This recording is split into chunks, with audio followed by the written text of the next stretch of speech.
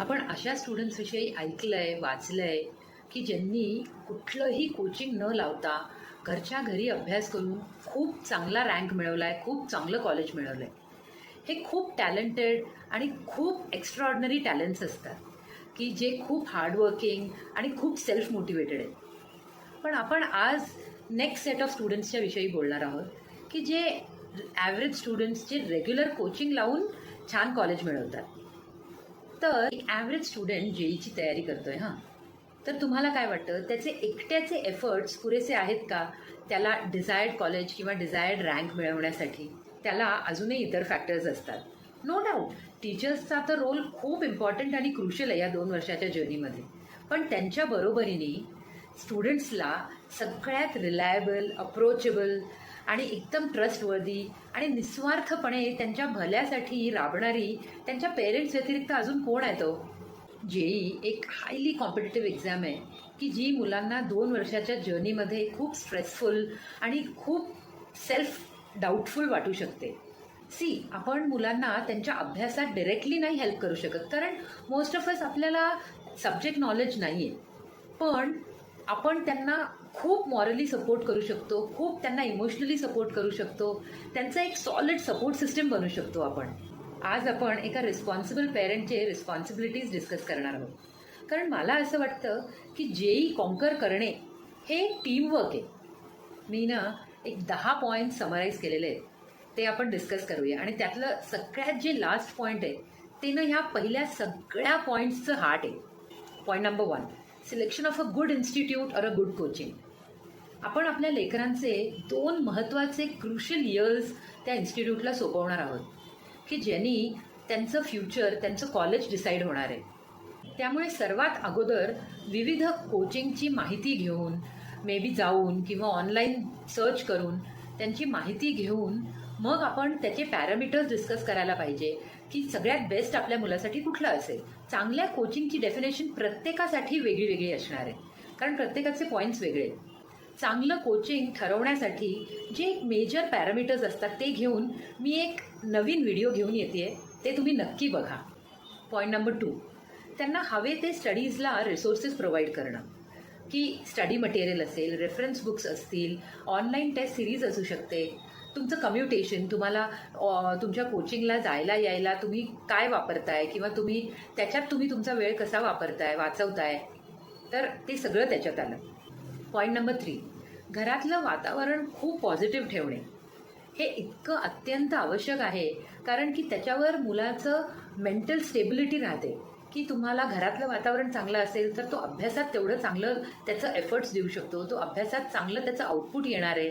घरातलं वातावरण खूप मॅटर करतं. पॉईंट नंबर 4, जेई हे एक छोटी स्प्रिंट नाही आहे, ही एक मॅरेथॉन आहे. त्यामुळे मुलांचं मोटिवेशन 2 वर्षांमध्ये खूप बॅलन्स करणं खूप गरजेचं आहे. आणि त्यांना त्यांच्या अप्स अँड डाऊन्समध्ये घरातल्यांनी खूप प्रेमळपणाने मोटिवेट करणं खूप गरजेचं आहे. त्यांचे वीकली, मंथली रिझल्ट्स येतात, ते छोटे छोटे एक्झाम्स देत असतात, तर त्यामुळे ते कधी डिमोटिवेट, कधी मोटिवेट होऊ शकतात. त्यांना खूप पेशंटली हँडल करणं अत्यंत गरजेचं आहे. पॉईंट नंबर 5, त्यांची हायजीन, त्यांच्या तब्येतीची खूप काळजी घ्यायला हवी. त्यांची तब्येत चांगली असेल तर ते क्लासेस मिस नाही करणार, क्लासेस मिस नाही करणार तर त्यांचा बॅकलॉग नाही राहणार. आणि बॅकलॉग भरून काढायला त्यांना ह्या 2 वर्षात अजिबात वेळ नसतो. त्यामुळे त्यांच्या खाण्यापिण्याची, त्यांच्या उठण्याची, झोपण्याची सगळ्या वेळा सांभाळणं, त्यांच्या तब्येतीची काळजी घेणं हे गरजेचं आहे. प्रत्येक टेस्ट झाली की त्या टेस्टविषयी मुलांशी बोलायला हवं. खूप काही असं टेस्ट डिस्कस नाही करू शकत आपण, पण कमीत कमी कशी गेली, तुझं काय चुकलं, तुझं कळालं का, त्याचं ॲनालिसिस करायला हवं. हे आपण त्यांच्याबरोबर डिस्कस करायला हवं आणि त्यांचा रिझल्ट मॉनिटर करायला हवा. पॉईंट नंबर 7, ह्या 2 वर्षाच्या जर्नीमध्ये मुलांचं फ्रेंड सर्कल थोडंसं लक्ष द्यायला हवं त्यांच्याकडे, की ते कुणाबरोबर बसतायत, कुणाबरोबर अभ्यास करतायत आणि त्यांचा फ्रेंड सर्कल ग्रुप कुठला आहे. अशा या कॉम्पिटिटिव्ह एक्झाम्समध्ये ग्रुप स्टडीजला खूप महत्त्व. Point number 8, social media addiction आणि त्यांचं स्क्रीन टाईम ह्याच्याकडे लक्ष देणं गरजेचं आहे. पॉईंट नंबर 9, मुलांचं पेशंटली ऐकून घेणं गरजेचं आहे.